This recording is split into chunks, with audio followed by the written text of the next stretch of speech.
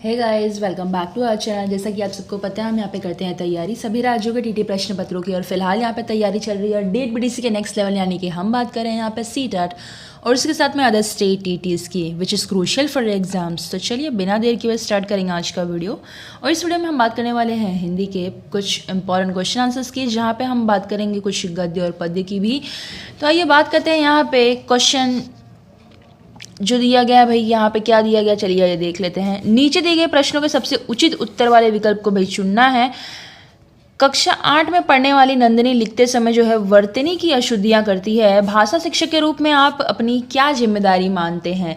नंदिनी को ऐसे अवसर प्रदान करना कि वो स्वयं उसमें सुधार करे, नंदिनी की अशुद्धियों को काट कर सही करना और उन्हें जो है वो 20-20 बार लिखने को दे देना, नंदिनी को समझाना कि भाई वर्तनी की अशुद्धियाँ करने पे उसके जो है वो अंक काट दिए जाएंगे, या फिर नंदिनी को समझाना कि भाई वर्तनी की अशुद्धता जो है, वर्तनी की जो शुद्धता है वही लेखन का सशक्त पहलू है। भाई एज अ टीचर होने के नाते हम जो है किसी भी विद्यार्थी को प्राथमिक स्तर पे या उच्च प्राथमिक स्तर पे लिखते समय वर्तनी की जो भी शुद्धियाँ हैं अशुद्धियाँ हैं, वो हम भाषा शिक्षक के रूप में अध्यापक की जिम्मेदारी बनती है कि भाई उसे बताया जाए, उसे जो है वो अवसर प्रदान किया जाए। क्या किया जाए? अवसर प्रदान। अभी ये अवसर वाला वर्ड आपका कहाँ पे आया था? पहले ही ऑप्शन में आता है ना।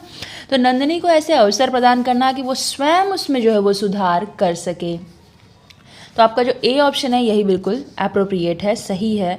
अगला क्वेश्चन हमारा है भाई, उच्च प्राथमिक स्तर पर मुहावरे लोकोक्तियों के शिक्षण के संबंध में आपके लिए सर्वाधिक इम्पॉर्टेंट क्या है, या फिर मोस्ट इम्पॉर्टेंट क्या है, या फिर बहुत ज़्यादा महत्वपूर्ण क्या है?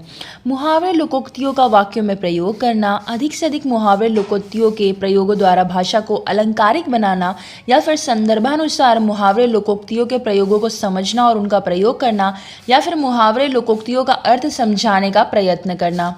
देखिए यहाँ पे उच्च प्राथमिक स्तर की अगर हम बात करते हैं तो मुहावरे लोकोक्तियों के शिक्षण में सर्वाधिक महत्वपूर्ण यही होगा कि भाई संदर्भानुसार जो मुहावरे लोकोक्तियों हैं इसके प्रयोगों को समझना, और द मोस्ट इम्पॉर्टेंट इज उसका जो है वो उपयोग करना, प्रयोग करना। ठीक है, तो उसको जो है वाक्यों में प्रयोग करना इज मोस्ट इम्पॉर्टेंट।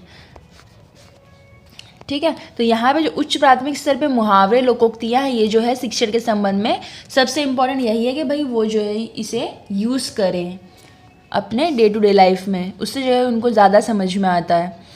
चलिए बात करते हैं अगले क्वेश्चन की। तो अगला क्वेश्चन हमारा कहता है कि भाई निम्नलिखित में से कौन सा प्रश्न ऐसा है कि भाई संदर्भ में व्याकरण शिक्षण को पुष्ट करता है?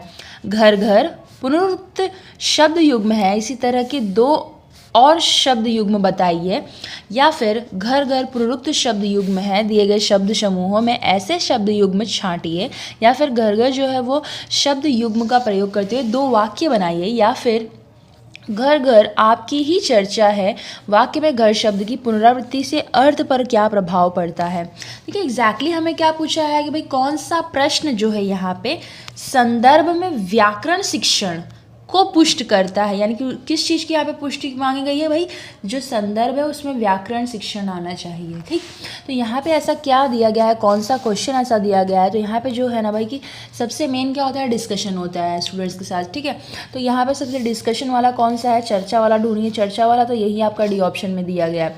तो घर घर जो है वो आपकी ही चर्चा है, वाक्य में घर शब्द की पुनरावृत्ति से अर्थ पर क्या प्रभाव पड़ता है, यही जो है इसे पुष्ट करेगा।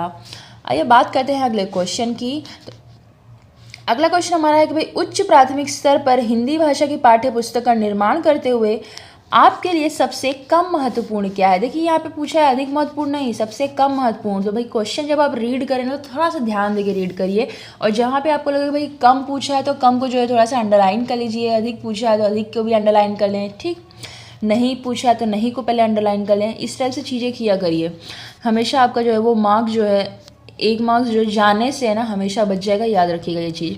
समृद्धि हिंदी साहित्य की छटा का प्रदर्शन, भाषाई क्षमताओं को बढ़ावा देने के अभ्यास, समस्त व्याकरणिक बिंदुओं का समावेश, या फिर भाषा की विविध छटाओं को समेटने वाले पाठ। देखिए यहाँ पे बात करते हैं उच्च प्राथमिक स्तर पे हिंदी भाषा की पाठ्य पुस्तक का निर्माण करते समय समस्त व्याकरणिक बिंदुओं का समावेश जो है वो थोड़ा सा कम इम्पॉर्टेंट हो जाता है, या फिर कह सकते हैं कम इम्पॉर्टेंट जो है ये हो जाएगा पहलू। कौन सा? समस्त व्याकरणिक बिंदुओं का जो है वो समावेश करना। ठीक है, अगला क्वेश्चन हमारा है, किसी रचना के बारे में स्वतंत्र राय बनाने का आत्मविश्वास विकसित करने के लिए क्या आवश्यक है? तो ये देख लेते हैं ऑप्शंस की तरफ।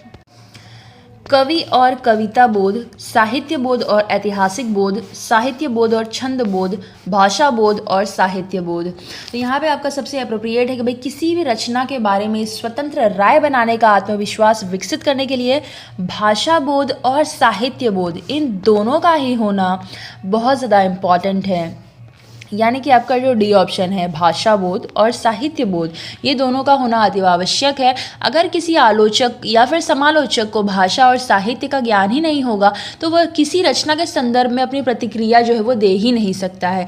तो मोस्ट इंपॉर्टेंट पार्ट इज कि भाषा का बोध भी होना चाहिए उसे, और साहित्य का, लिटरेचर का भी उसको जो है वो ज्ञान होना चाहिए अलॉन्ग विद द लैंग्वेज। अगला क्वेश्चन हमारा कहता है कि भाई बच्चों के लिए अतिरिक्त पठन सामग्रियाँ क्यों विकसित की जाती हैं? पढ़ने में रुचि जगाने और भाषा ज्ञान में वृद्धि के लिए, पढ़ने में रुचि जगाने और सामान्य ज्ञान में वृद्धि के लिए, भाषा ज्ञान बढ़ाने और साहित्यकारों में रुचि जगाने के लिए, भाषा ज्ञान बढ़ाने और सामान्य ज्ञान में रुचि जगाने के लिए। वही एग्जैक्टली यहाँ पे देखा जाए ना तो बच्चों के लिए जो अतिरिक्त पठन सामग्री है वो बच्चों में पढ़ने के लिए जो रुचि जगाना है एवं भाषा ज्ञान में वृद्धि के लिए विकसित की जाती है। अतिरिक्त पठन सामग्री के माध्यम से जो बच्चों में शिक्षा के प्रति रुचि पैदा की जाती है, जिससे उनको जो है वो शिक्षा के प्रति थोड़ा सा लगाव जो है वो बढ़ जाए। इसीलिए जो है वो पठन सामग्री क्या है, बच्चों में जो है वो विकसित की जाती है, अतिरिक्त पठन सामग्री, कि भाई पढ़ने में जो है वो रुचि जग जाए बच्चों में और जो है वो भाषा ज्ञान में वृद्धि के लिए ये जो है वो किया जाता है। तो ए ऑप्शन आपका यहाँ पे बिल्कुल करेक्ट होगा। अगला ऑप्शन आपका है, अगला क्वेश्चन आपका है, उच्च प्राथमिक स्तर पर भाषा शिक्षण का एक महत्वपूर्ण उद्देश्य क्या है? मेन ऑब्जेक्टिव क्या है? भाषा की नियमबद्ध प्रकृति को पहचानना, भाषा के अलंकारिक रूप से पहचानना, भाषा के व्याकरण को कंठस्थ करना, साहित्यिक विधाओं में रचना करना। देखिए यहाँ पे उच्च प्राथमिक स्तर पर भाषा शिक्षण का एक महत्वपूर्ण उद्देश्य भाषा की नियमबद्ध प्रकृति को जो है वो पहचानना होगा। ठीक है, तो यहाँ पे आपका जो ऑप्शन ए है ना, भाषा के नियमबद्ध प्रकृति को पहचानना, यही जो है आपका एकदम अप्रोप्रिएट आंसर होगा। भाई भाषा शिक्षण के द्वारा जो विद्यार्थी है उसमें भाषा का उचित एवं नियमबद्ध तरीके से ज्ञान जो है प्रदान किया जाता है। अगला क्वेश्चन हमारा है कि भाई विभिन्न कार्य क्षेत्रों से जुड़ी प्रयुक्तियों से विद्यार्थियों को परिचित कराया जाना चाहिए। इस कथन में प्रयुक्ति से तात्पर्य है विभिन्न भाषा उदाहरण, विशिष्ट भाषा प्रयोग, भाषा के नियम, शब्दों की व्युत्पत्ति।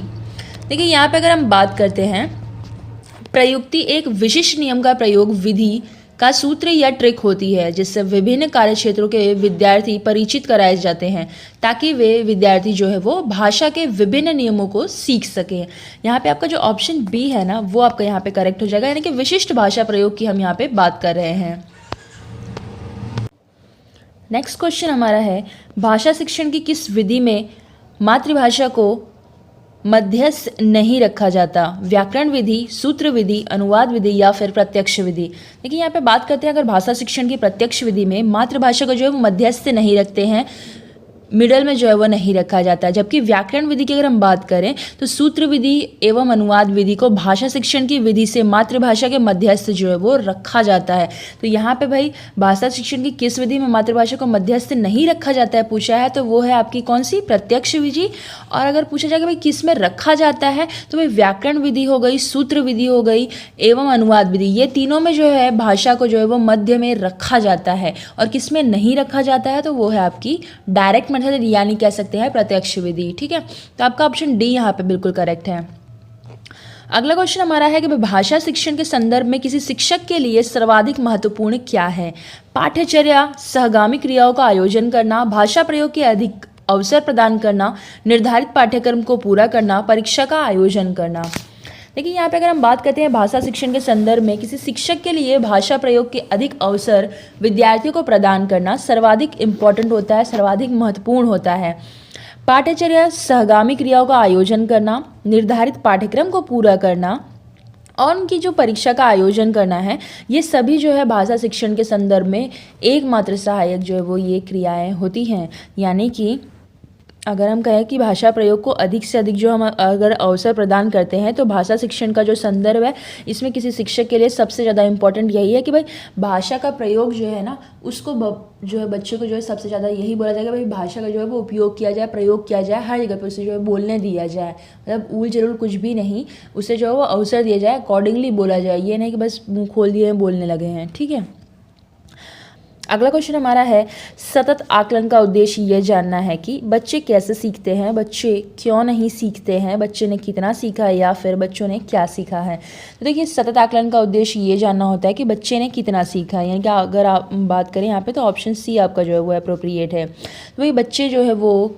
कितना सीखते हैं अर्थात यानी कक्षा शिक्षम अधिगम जो भी आपका होता है इसमें पढ़ाए गए पाठ्यक्रम द्वारा सामग्री द्वारा जो भी हम यूज़ करते हैं उसमें बच्चे जो है वो कितना जो है वो इंडिकेट कर पाते हैं अपने आप को, मतलब बोलते हैं ना उसमें समझ पाते हैं, यही जो है वो हमें इसका सतत आकलन का उद्देश्य होता है कि भाई जानना कि भाई बच्चे जो है वो कितना सीख पाए हैं।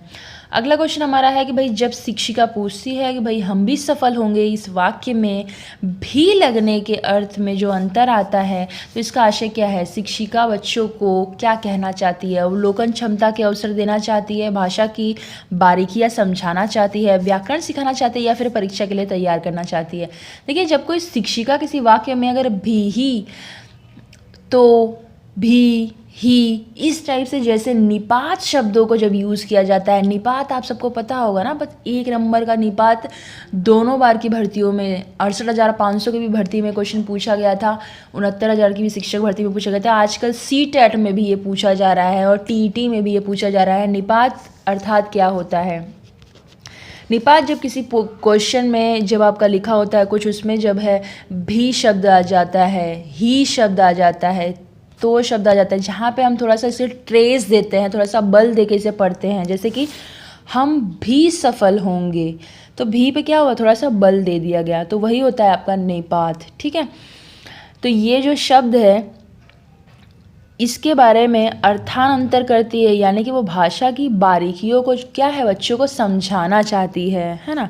तो यहाँ पे जो है वो बी ऑप्शन आपका बिल्कुल सही है कि भाई भाषा की जो बारीकियाँ हैं इसको जो है वो टीचर अच्छे से समझाना चाहती है, किसे, बच्चों को। तो यहाँ पे ऑप्शन बी आपका बिल्कुल सही है। नेक्स्ट क्वेश्चन हमारा है हिंदी भाषा के शिक्षक के रूप में आपके लिए सबसे कम महत्वपूर्ण क्या होगा। भाषा प्रयोग की क्षमता का विकास, व्याकरणिक नियमों की जानकारी, भाषा कौशलों का ज्ञान, संवैधानिक मूल्यों की जानकारी। देखिए हिंदी भाषा के शिक्षक के रूप में भाषा प्रयोग की क्षमता का विकास, व्याकरणिक नियमों की जानकारी तथा भाषा कौशल का ज्ञान सर्वाधिक महत्वपूर्ण है, जबकि अगर हम बात करें संवैधानिक मूल्यों की जानकारी ये जो है वो सबसे कम महत्वपूर्ण होगा। तो यहाँ पे क्या पूछा है, सबसे कम महत्वपूर्ण क्या है। तो देखिए संवैधानिक मूल्यों की जानकारी जो है यहाँ पे भाषा के लिए बहुत थोड़ा सा कह सकते हैं कि भाई थोड़ा सा कम इम्पॉर्टेंट है। ठीक है, सबसे ज़्यादा इंपॉर्टेंट यहाँ पे क्या है भाषा के लिए कि भाई भाषा प्रयोग की क्षमता का विकास, उसके व्याकरणिक नियमों की जानकारी होनी चाहिए, भाषा कौशलों का भाई ज्ञान होना चाहिए।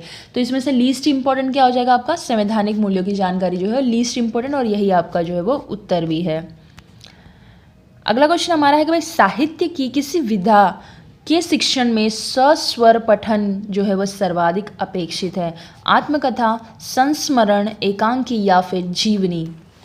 देखिए साहित्य में एकांकी विधा के शिक्षण में स्वस्वर पठन सर्वाधिक अपेक्षित है, क्योंकि एकांकी में कई पात्र होते हैं और प्रत्येक पात्र का जो भिन्न भिन्न किरदार होता है ना, उन किरदारों को स्वस्वर पठन जो है वो इसी विधि द्वारा सर्वाधिक उपयुक्त तरीके से जो है वो हम उसे व्यक्त कर सकते हैं। तो यहाँ पे हम किसकी बात कर रहे हैं, यहाँ पे हम एकांकी की बात कर रहे हैं। अब एकांकी में होता क्या है, एकांकी में भाई डिफरेंट कैरेक्टर होते हैं जिनको अगर हम स्वस्वर के द्वारा अगर पठन किया जाता है अलग अलग बच्चों के द्वारा या फिर एक ही बच्चे द्वारा अलग अलग तरीके से, तो ये जो है वो उपयुक्त तरीके से इसे हम व्यक्त कर सकते हैं। क्योंकि देखिए एकांकी में कई पात्र होते हैं, हम सबको पता है, तो फिर भिन्न भिन्न किरदार होंगे तो फिर अलग अलग लोग पढ़ेंगे, तो ये जो है सबसे ज़्यादा उपयुक्त तरीका है किसी बच्चे को कोई चीज़ अच्छे तरीके से समझाने के लिए। तो साहित्य की किस विधा से शिक्षण जो है वो सस्वर पठन का सर्वाधिक अपेक्षित है, तो भाई सस्वर पठन भाई एकांकी के लिए सबसे ज़्यादा यूज़फुल होगा यहाँ पे। अगला क्वेश्चन हमारा है कि भाई उच्च प्राथमिक स्तर पे हिंदी भाषा में अभिव्यक्ति परखने के लिए आप किस प्रश्न को सर्वाधिक महत्वपूर्ण समझते हैं। लोकगीत संस्कृत के परिचायक होते हैं, इस कथन पर अपने विचार व्यक्त कीजिए। आंखों पर पर्दा पड़ना मुहावरे में वाक्य प्रयोग कीजिए। सेना ने पार्क को क्यों घेर लिया था, या फिर लेखक ने ऐसा क्यों कहा कि भाई ताज़ा बर्फ धोखा देने वाला होता है। भाई एग्जैक्टली यहाँ पे पूछा कि भाई उच्च प्राथमिक स्तर पर हिंदी भाषा में विद्यार्थी की अभिव्यक्ति को परखने के लिए आप अगर लोकोक्ति एवं मुहावरों का प्रयोग सर्वाधिक महत्वपूर्ण होता है, तो इन प्रयोगों से विद्यार्थी की भाषा पे क्या है, पकड़ का जो है उसके पता चलता है। भाषा को पकड़ते नहीं है, ठीक है, मतलब उस पर आपका जो मजबूती है, मतलब भाषा में आप कितने ज़्यादा फ्लुएंट है, ये उसमें फ्लुएंसी उसकी पता चलती है, ठीक है। तो आंखों पर पर्दा पड़ना मुहावरे का वाक्य में प्रयोग कीजिए। ये जो बी ऑप्शन है ना, यही आपका यहाँ पे करेक्ट हो जाएगा। तो इससे जो है वो इस प्रश्न को सर्वाधिक महत्वपूर्ण समझते हैं। हम किस प्रश्न को यहाँ पे पूछा था कि भाई सर्वाधिक महत्वपूर्ण समझते हैं, तो भाई आंखों पे पर्दा पड़ना इस मुहावरे का वाक्य में प्रयोग करने पे भाई पता चलता है कि भाई उच्च प्राथमिक स्तर पे जो हिंदी भाषा के विद्यार्थी है, इसकी अभिव्यक्ति को परखने के लिए हम जो है वो लोकोक्ति और मुहावरे का जो है वो प्रयोग सर्वाधिक ज़्यादा करते हैं, ये कह सकते हैं सर्वाधिक महत्वपूर्ण होते हैं। तो भाई गाइज आज की वीडियो में बस इतना ही, मिलते हैं अपने अगले वीडियो में, तब तक के लिए जय हिंद।